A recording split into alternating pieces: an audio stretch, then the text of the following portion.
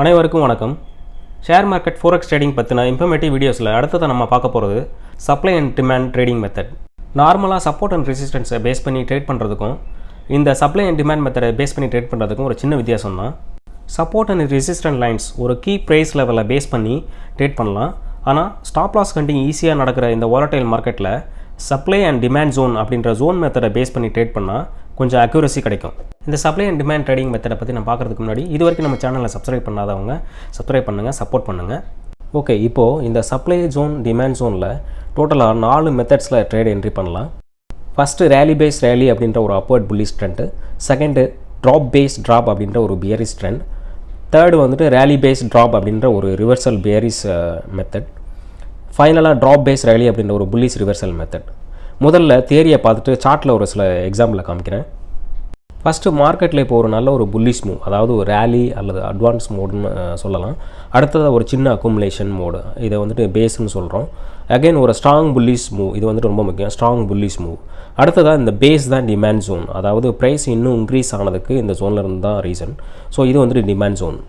அடுத்ததாக நம்ம இந்த ட்ரேடில் எப்படி என்ட்ரி ஆகுறது, எங்கே டேக் ப்ராஃபிட் வைக்கிறது, எங்கே ஸ்டாப் லாஸ் வைக்கிறது அப்படிங்கிறத பற்றி தான்.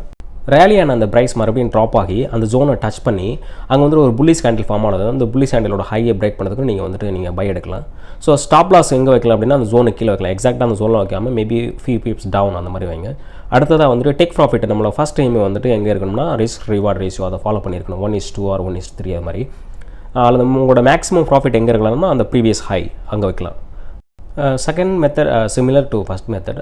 அங்கே வந்து ப்ரைஸ் ரைஸ் ஆனது, அதாவது ரேலி ஆனது, இங்கே வந்து ப்ரைஸ் ட்ராப் ஆகி மறுபடியும் ஒரு சப்ளை ஜோனுக்கு வந்துட்டு மறுபடியும் வந்து ட்ராப் ஆகுது. ஸோ இங்கே வந்துட்டு நம்ம buy entry sell entry same as previous method தான். அதாவது வந்துட்டு இந்த ஜோனை டச் பண்ணி மறுபடியும் ஒரு பெரிஸ் கேண்டில் ஃபார்ம் ஆகி அந்த கேண்டில் க்ளோஸை வந்துட்டு மறுபடியும் பிரேக் ஆனதுக்கப்புறம் நம்ம செல் எடுக்கிறோம். ஸோ டேக் ப்ராஃபிட் வந்து அஸ் யூஷுவல் நம்ம வந்துட்டு ரிஸ்க் ரிவார்ட் ரேஷியோ ஃபாலோ பண்ணிக்கிறோம். ஸ்டாப் லாஸ் வந்து அந்த ஜோனுக்கு மேலே, அந்த சப்ளை ஜோனுக்கு மேலே நம்ம வச்சுக்கலாம். அடுத்ததான் நம்ம பார்க்க போகிறது ரேலி பேஸ் ட்ராப் அப்படின்ற மெத்தட். முதல்ல ப்ரைஸ் ரேலி ஆகுது, அதுக்கப்புறம் அந்த டிஸ்ட்ரிபியூஷன் மோடில் போகுது, அதாவது அங்கே பேஸ் ஃபார்ம் ஆகி அதை வந்து நம்ம சப்ளை ஜோன் சொல்கிறோம். மறுபடியும் அந்த ஜோன்லேருந்து பிரேக் அவுட் ஆகி மறுபடியும் அந்த ஜோனை வந்து டச் பண்ணி செல் கேண்டில் ஃபார்ம் ஆகுது, பேரிஸ் கேண்டில் ஃபார்ம் ஆகி அந்த கேண்டிலோட ஒரு லோவை கட் பண்ணுறதுக்காக நம்ம வந்து செல் கொடுக்குறோம். ஸோ இது வந்துட்டு மோரலஸ் நீங்கள் பார்த்தீங்கன்னா வந்து ஒரு டபுள் டாப் ஃபார்மேஷன் அல்லது வந்துட்டு ஹெட் அண்ட் ஷோல்டர் ஃபார்மேஷன் அப்படின்ற மாதிரி தெரியும். Very simple. ஆக்சுவலாக வந்துட்டு இந்த பேட்டர்ன்லாம் ஃபார்ம் ஆகி பிரேக் அவுட் ஆன லொக்கேஷனில் மறுபடியும் ரீடெஸ்ட் பண்ணி அங்கேருந்து செல் கொடுக்குறது தான் அந்த கான்செப்ட். ஃபைனலாக நம்ம பார்க்க போகிறது ட்ராப் பேஸ் ரேலி அப்படின்ற மெத்தட். This is similar to previous method. Price வந்துட்டு இங்கே ட்ராப் ஆகுது, அதுக்கப்புறம் ஒரு பேஸ் க்ரியேட் ஆகுது, அதுக்கப்புறம் ப்ரைஸ் ரேலி ஆனதும் அந்த ஜோனை மறுபடியும் ரீடச் ஆகி ஒரு பை கேண்டில், அதாவது புல்லிஷ் கேண்டில் ஃபார்ம் ஆகி ஹையை பிரேக் பண்ணதும் நம்ம பை கொடுக்குறோம்.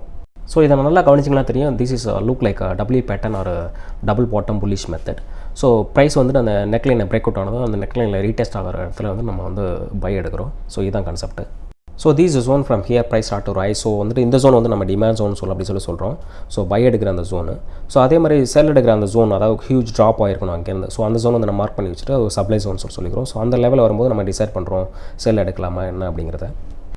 ஓகே, இப்போ இந்த மெத்தட்ஸ் எல்லாம் வந்துட்டு நம்ம லைவ் சார்ட்டில் எப்படி ஒர்க் அவுட் பண்ணலாம் அப்படிங்கிறத நம்ம பார்க்கலாம். ஸோ வந்துட்டு அதுக்காக வந்துட்டு அந்த சப்ளை டிமாண்ட் ஜோனில் நம்ம எப்படி வரைய போகிறோம் அப்படிங்கிறத பார்க்கலாம். முதல்ல நான் வரைஞ்சிடறேன், அதுக்கப்புறம் நான் எப்படி பண்ணுறேன்னு சொல்லிடுறேன்.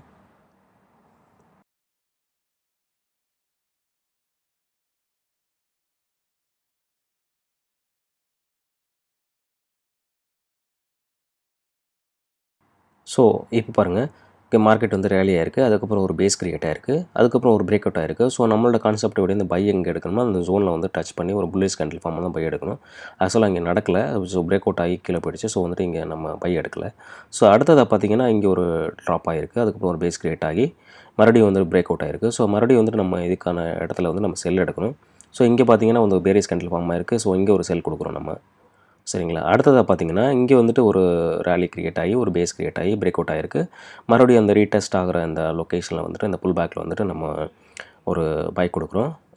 ஸோ அதுக்கப்புறம் பார்த்தீங்கன்னா இங்கே ஒரு செகண்ட் டைம் வந்துட்டு மறுபடியும் அது ஒரு ரீடச் ஆகிருக்கு. ஸோ வந்துட்டு இங்கேயும் கூட நம்ம பை கொடுக்கலாம். அது ஃபஸ்ட் டச்சு செகண்ட் டச்சு வந்துட்டு ஸ்டில் வந்துட்டு ஒரு ஃப்ரெஷ் ஜோனில் இருக்கிறதுனால வந்துட்டு நம்ம வந்துட்டு பை கொடுக்குறோம்.